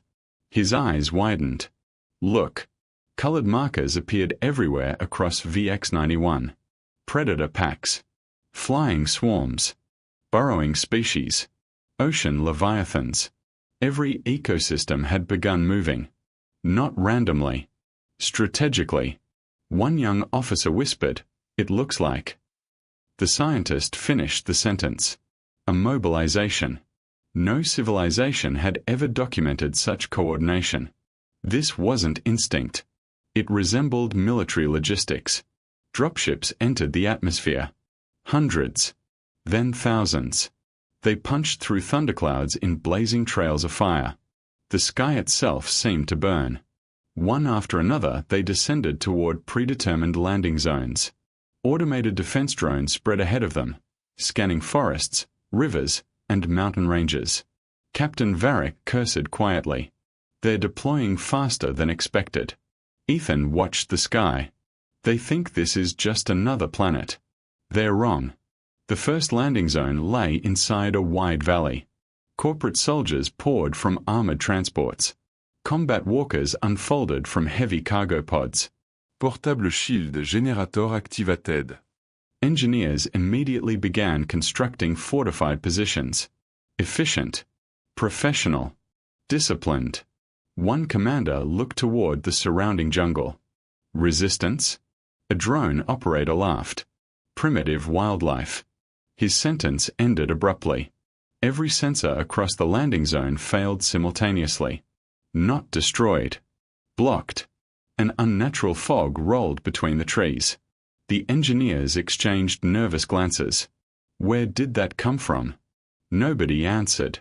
Because the fog wasn't weather. Countless microscopic organisms suspended themselves in the air, creating a living electronic interference field. VX-91 had evolved another defense. Ethan watched the distant landing zone through a rocky overlook. The Guardian stood beside him. The juvenile crouched low, eyes fixed on the invaders. Captain Varric lowered his binoculars. They'll overwhelm everything. Eventually. Ethan remained thoughtful. No. The captain looked at him. You've spent months surviving. They brought thousands of soldiers. Ethan nodded. I know. He pointed toward the valley. What do you see? An army. I see strangers. Captain Varric frowned. Ethan continued. They don't know which plants kill. They don't know which rivers flood. They don't know the migration routes. They don't know what wakes during long night. They don't know where the ground collapses. They're carrying maps. He looked toward the forest. I'm standing in one. Then. The impossible happened. The giant Guardian stepped forward. It climbed onto a broad stone outcrop overlooking the valley. Its roar shook the mountains. Not a hunting call. Not a territorial warning. A summons. The sound rolled across hundreds of kilometers. Another roar answered. Then another. Then dozens. Then hundreds. The entire Deathworld responded. From distant cliffs emerged horned titans. Winged predators circled overhead. Enormous six-legged hunters climbed from hidden caves. The rivers erupted as armored aquatic beasts surfaced, far beyond the horizon. Ancient creatures Ethan had never seen before answered the call. The earth itself seemed alive. Captain Varric slowly removed his helmet. His hands trembled. They're gathering. The elderly Guardian lowered its head toward Ethan. Not in submission. In invitation. One by one, every nearby beast mirrored the gesture. The juvenile. The cliff hunters. The great horned grazers. Even creatures from the forest bowed their heads toward the human. Silence spread across the valley. Ethan looked around in disbelief. There. Captain Varric could barely speak. They've chosen. Months ago. Ethan had arrived as an exile. Now. The Guardians of the Living Fortress recognized him as the one they would follow. The giant beast knelt. Slowly. Deliberately. Creating a path onto its broad, armored back. Ethan met its amber eyes. No words were needed. Trust had been earned. He placed one hand gently against the creature's neck, then climbed onto the back of the enormous apex guardian as thousands of invading soldiers advanced below. The world held its breath. Storm clouds churned above the mountains, lit from within by the burning trails of descending troop carriers. Across the valley, thousands of armored soldiers fortified their landing zones, convinced they faced little more than hostile wildlife. No one looked toward the ridge. No one imagined what stood there. Ethan Carter rested one hand against the thick charcoal fur of the giant guardian beneath him. The creature's breathing was calm. Steady. Powerful. Months ago, that same beast had watched him through the darkness, deciding whether the strange, fragile primate deserved another sunrise. Now it carried him willingly. The juvenile bounded to the front of the gathering creatures, its amber eyes bright with anticipation rather than fear. Around them, predators of every imaginable shape waited in absolute silence. Winged hunters folded their enormous feathered membranes. Horned titans pawed at the earth. Burrowing leviathans stirred beneath the ground, leaving only slow ripples across the soil. Thousands of eyes turned toward one human. Ethan swallowed. I don't know how to lead an army. The Guardian gave a deep rumbling growl. It wasn't demanding perfection. Only courage. Ethan smiled. I can do that. Far below. Corporate Commander Rel stood inside the primary landing zone, studying tactical projections. Recon report. A drone operator frowned. Our perimeter scans are failing. What does that mean? Wildlife isn't behaving normally. Rel barely looked up. Of course it isn't. This is a Deathworld. No, sir. The operator enlarged several recordings. Predators ignored prey. Flying species maintained precise formations. Massive herbivores were abandoning feeding grounds without panic. Even underground movement appeared synchronized. Another officer laughed. So the animals are migrating. The operator slowly shook his head. They are assembling. Silence followed. Before anyone could respond, every motion detector surrounding the valley activated simultaneously. Thousands of contacts. Closing. Fast. On the ridge. Ethan took a slow breath. He remembered the academy. The mockery. The courtroom. The exile. Every insult. Every wound. Every lonely night beside a dying fire. Every lesson this planet had forced him to learn. This battle would not be won with anger. It would be won the same way he had survived. Observation. Timing. Adaptation. He leaned forward slightly. The Guardian understood. Without command. The giant beast stepped toward the cliff. Then it roared. The sound crashed across the mountains like living thunder. Every Guardian answered. The charge began. The mountains exploded into motion. The colossal Guardian leapt down the rocky slope with impossible speed despite its enormous size. Ethan lowered his body instinctively, gripping the creature's thick shoulder fur as loose stones cascaded behind them. To either side, packs of cliff hunters bounded effortlessly between boulders. Above, winged leviathans dove through storm clouds, disappearing before enemy targeting systems could lock onto them. The ground itself erupted. Burrowing predators burst upward beneath advancing armored vehicles, throwing 50-ton combat walkers onto their sides as though they weighed nothing. Corporate soldiers stared in disbelief. What are those things? They are everywhere. This isn't possible. It wasn't. Not according to every scientific model the galaxy possessed. Captain Varric watched from an elevated ridge. His soldiers stood beside him in stunned silence. One operative whispered. They coordinated. Another corrected him. No. They are disciplined. Months earlier, Ethan had refused to kill them when he easily could have. Now Varric understood why. The human didn't seek destruction. He sought solutions. Even on a battlefield. Commander Rel finally reacted. Deploy assault drones. Hundreds of autonomous gunships launched from concealed hangars. Swarms of sleek machines spread into attack formations. Pulse cannons ignited. Targeting computers selected the largest creatures first.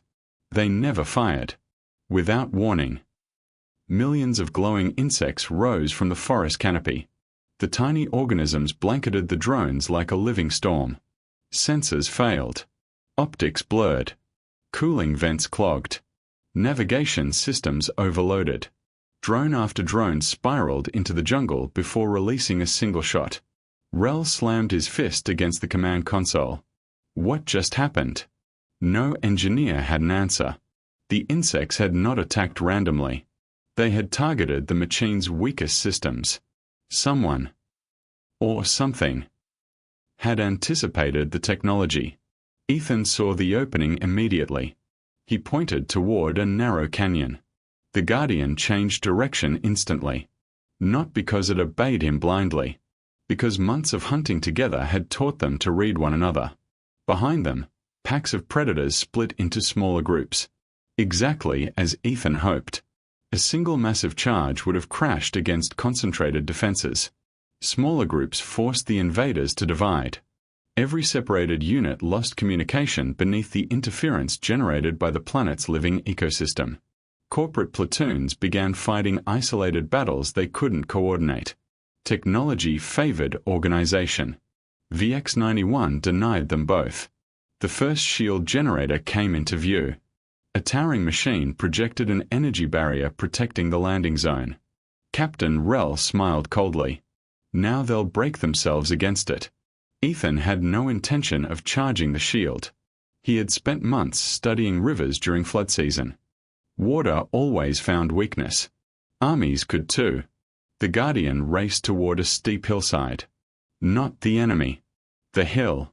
Corporate officers looked confused. His retreating? The giant beast slammed its immense shoulder into a massive boulder Ethan had marked weeks before while exploring the valley. Once. Twice. On the third impact, The fractured cliff collapsed. Thousands of tons of rock thundered into a nearby river. The water changed course instantly. A wall of muddy floodwater surged downhill, straight toward the shield generators. Engineers shouted desperately. Grounding systems. Raise the emitters. Too late. The rushing water buried exposed power conduits beneath conductive mineral-rich mud. The overloaded generators exploded in cascading blue fire. The protective barrier vanished. The Guardian army poured through the opening. Captain Varric couldn't suppress a smile. He weaponized geography. Elsewhere across the battlefield, the juvenile Guardian led smaller predators through abandoned maintenance trenches, bypassing heavy fortifications entirely. Winged leviathans didn't attack soldiers. Instead, they seized ammunition containers, dropping them into swamps where corrosive microorganisms rendered the explosives useless. Towering herbivores used their immense bodies as moving walls, protecting smaller species from concentrated plasma fire. Even poisonous vines awakened, wrapping around unattended artillery. Nothing fought alone. Every species amplified another. The Deathworld itself had become the battlefield, and Ethan understood it better than anyone alive. High above, Director Cale Arden watched the invasion unravel from the bridge of the Oblivion Spear. His officers stared helplessly as casualty reports multiplied. Landing Zone 3 lost. Zone 5 overrun. Drone network collapsed. Orbital communications degraded. Cale remained strangely calm. Interesting. An admiral looked at him in disbelief. We are losing. No. Cale clasped his hands behind his back. We underestimated one variable. The human. Cale nodded. The predators were dangerous. The fortress was dangerous. But neither changed the equation. He enlarged Ethan's image riding atop the giant Guardian. He did. Back on the surface. Ethan guided the Guardian toward higher ground. Smoke rose across the valleys. Disabled walkers littered the battlefield. Corporate forces retreated toward emergency extraction points. The impossible had happened. The invasion was collapsing. The juvenile climbed beside the Guardian, chuffing proudly. Ethan laughed despite the chaos. We are actually doing it. The Guardian's ears suddenly flattened. Its pace slowed. Not from exhaustion. From instinct. It stared upward. Every nearby creature froze. Winged hunters abandoned pursuit. Burrowing predators disappeared beneath the earth. The entire Guardian army looked toward the sky. Fear. For the first time. Ethan saw fear in the apex beast's eyes. A cold feeling settled in his stomach. Far above the atmosphere. The Oblivion Spear slowly rotated until its ventral surface faced the planet. Massive armored plates slid apart. An immense circular mechanism emerged from within the flagship. Ancient. Far older than the ship carrying it.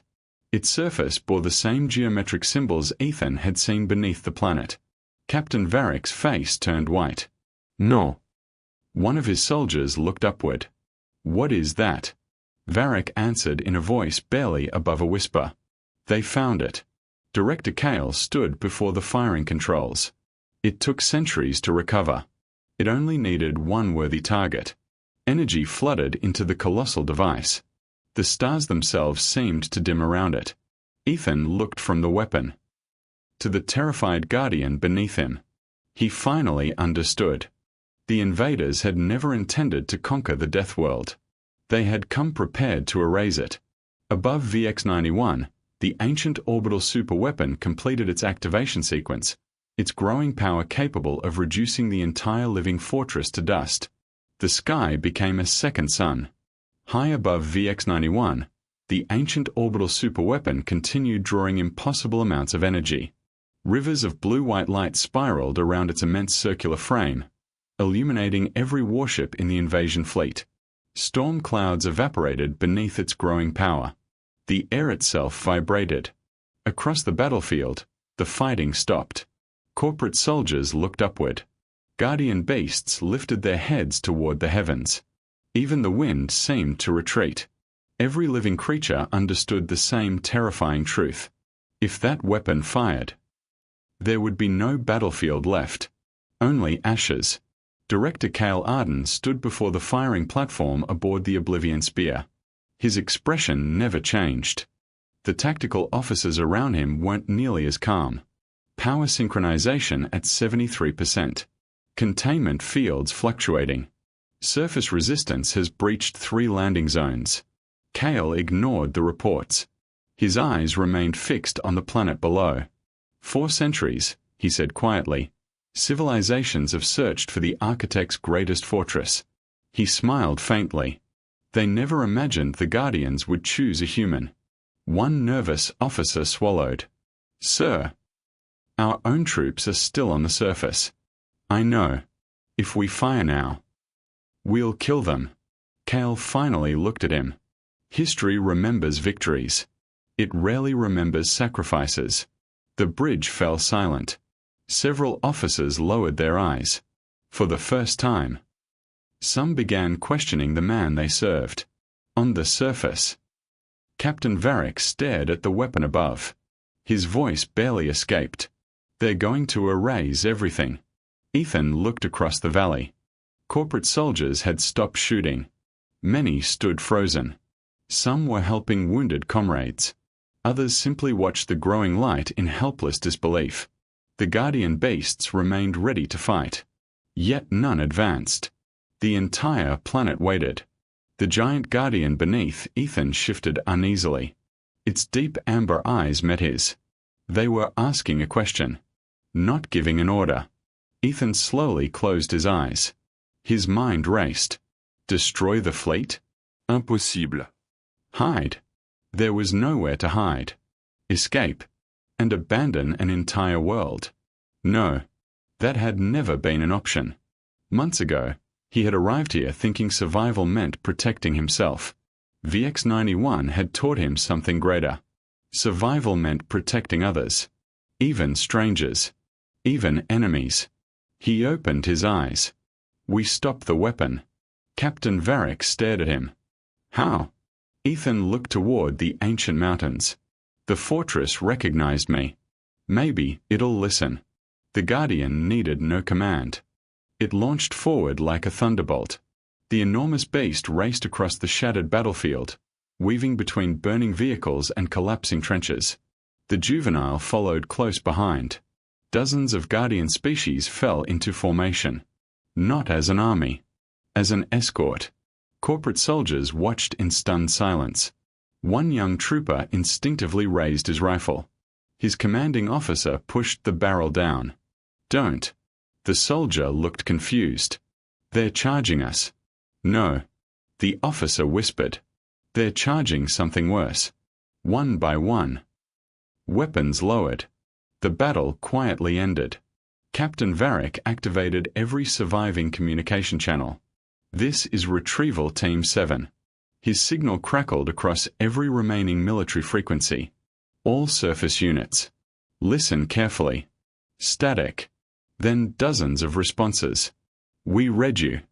What are your orders? Varric looked toward Ethan disappearing into the mountains. They're no longer my orders. A long pause. Assist the human. The channels erupted. What? He's the enemy. No. Varric answered firmly. If he fails, so do we. Across the battlefield, confused soldiers began helping one another regardless of uniform. Medical teams treated anyone they could reach. Engineers cleared blocked passages. Even those who had come to conquer the Deathworld found themselves working beside the very creatures they had tried to destroy. The first seeds of something unexpected began to grow. Trust. Deep beneath the planet. The ancient chamber awakened completely. As Ethan entered, every dormant light ignited. The colossal crystalline pillars shimmered with flowing energy. The holographic architect appeared once more. This time, its image was stable, clear. It regarded Ethan almost like a teacher greeting a student. Guardian recognized. Bearer accepted. Ethan stepped onto the platform. I don't need titles. I need a way to stop that weapon. The hologram remained silent for several seconds. Then the chamber transformed. The floor became transparent. Far below, the immense sphere of living starlight pulsed beneath layers of machinery. The true heart of the fortress. Planetary defense requires voluntary synchronization. The translation faltered. Probability of survival less than 4%. Ethan understood immediately. The system needed a living interface. Someone had to connect to it. Someone might not survive. He smiled weakly. Those aren't great odds. The hologram tilted its head. Will you proceed? Ethan didn't answer immediately. Images filled his thoughts. Earth. The Academy. The day he had been sentenced. The lonely nights beside a tiny fire. The juvenile bringing him fish. The guardian watching over him while he slept. Captain Varric accepting his hand. Alien soldiers lowering their weapons. He finally nodded. Yes. Energy surrounded him. Brilliant streams of white light wrapped around his arms and chest. Ancient symbols flowed across the platform. Pain exploded through every nerve. His knees buckled. He gritted his teeth but refused to scream. The fortress wasn't merely scanning him. It was learning him. His heartbeat echoed through enormous underground chambers. Memories flashed before him. Every fear. Every hope. Every sacrifice. The system judged them all. Then it accepted them. Across the planet, hidden mechanisms awakened. Mountains shifted. Ancient towers emerged from beneath forests. The oceans glowed. Immense energy channels connected every ecosystem into a single living network. The Guardians looked toward the mountains simultaneously. The giant beast released a low, proud rumble. The planet had chosen. Aboard the Oblivion Spear. Warning alarms exploded across the bridge. Unknown energy surge. Planetary systems activating. The weapon's targeting lock is failing. Kale's calm expression finally cracked. Override it. Engineers struggled desperately. We can't. Our control signals are being replaced. By what? No one answered. Because every screen now displayed the same message in an ancient language. A language none of them understood. Inside the fortress. Ethan could barely remain standing. Blood trickled from his nose. His vision blurred. Every heartbeat felt heavier than the last. The holographic architect looked at him with unmistakable respect. You endure. Ethan managed a tired laugh. We are humans. We are stubborn. He reached forward with trembling hands. The final control crystal floated before him. One touch. That was all. He pressed his hand against it. Above VX-91. A beam of brilliant blue light erupted from the heart of the planet. It struck the ancient superweapon. Not as an attack. As a command. The impossible machine froze. Its growing energy dispersed harmlessly into space. Power conduits shut down. The firing sequence collapsed. Across the invasion fleet, stunned silence replaced triumph. The planet had refused to die. The battlefield erupted, not in violence, but in relief. Corporate soldiers embraced surviving comrades. Guardian beasts slowly withdrew into the forests. The juvenile bounded happily around the exhausted Captain Varric before racing toward the mountains.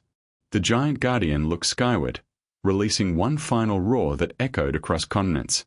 It wasn't a victory cry. It was a promise. The Deathworld still lived. Days later, news spread faster than any fleet. The secret invasion could not be hidden. Too many survivors. Too many recordings. Too many witnesses. Across the Galactic Alliance, worlds that had mocked humanity replayed the same impossible images. A lone human. Riding beside monsters. Saving enemies who had come to kill him. Refusing revenge when vengeance would have been easy. Academy cadets watched in silence. Military commanders questioned long-held doctrines. Scientists argued over impossible biological cooperation. Ordinary citizens asked the same question. If that's what one human can do, what have we misunderstood about their entire species? Far above the recovering planet, a diplomatic courier vessel exited hyperspace. It carried no weapons, only an encrypted transmission marked with the highest possible priority. The message reached every surviving commander simultaneously. It contained only a single order. By unanimous emergency decree, the Galactic Council requests the immediate presence of human cadet Ethan Carter. An emergency hearing has been called. 3 months later, the massive landing platforms of the Galactic Vanguard Academy had never been so crowded. Cadets lined every observation deck. Military officers stood shoulder to shoulder beneath gleaming banners. Members of the Galactic Council occupied the central viewing gallery. News drones floated overhead, broadcasting across hundreds of inhabited worlds. No one had gathered for a graduation. No one had come to celebrate another military victory. They had come to witness the return of the cadet everyone believed had died. Silence settled over the academy as the distant sound of engines echoed across the morning sky. A transport shuttle descended slowly through the clouds. It touched down without ceremony. Its boarding ramp lowered. For several long seconds, nothing happened. Then Ethan Carter stepped into the light. Gone was the uncertain young cadet who had stood trembling before the Academy tribunal. Months beneath the Deathworld's unforgiving skies had transformed him. His posture was calm. His movements carried quiet confidence. His face bore the scars of survival, not defeat. His academy uniform had been restored, but across one shoulder rested a dark cloak woven from the hide of a naturally shed guardian pelt, a symbol of respect freely given, never taken. He paused at the bottom of the ramp. His eyes drifted across the familiar courtyard. The same place where laughter had once followed him. The same place where whispers had called him primitive, weak, unworthy. Now, no one laughed. No one spoke. The silence itself was respect. Among the assembled cadets stood those who had mocked him most fiercely. The towering Carax warrior lowered his gaze. A Valian tactical prodigy slowly removed the insignia from his own collar, ashamed of the arrogance it had once represented. Even instructors who had voted for Ethan's exile struggled to meet his eyes. One young cadet whispered, "That's really him." Another answered softly, "He survived." An older instructor quietly corrected them. "No. He became something else."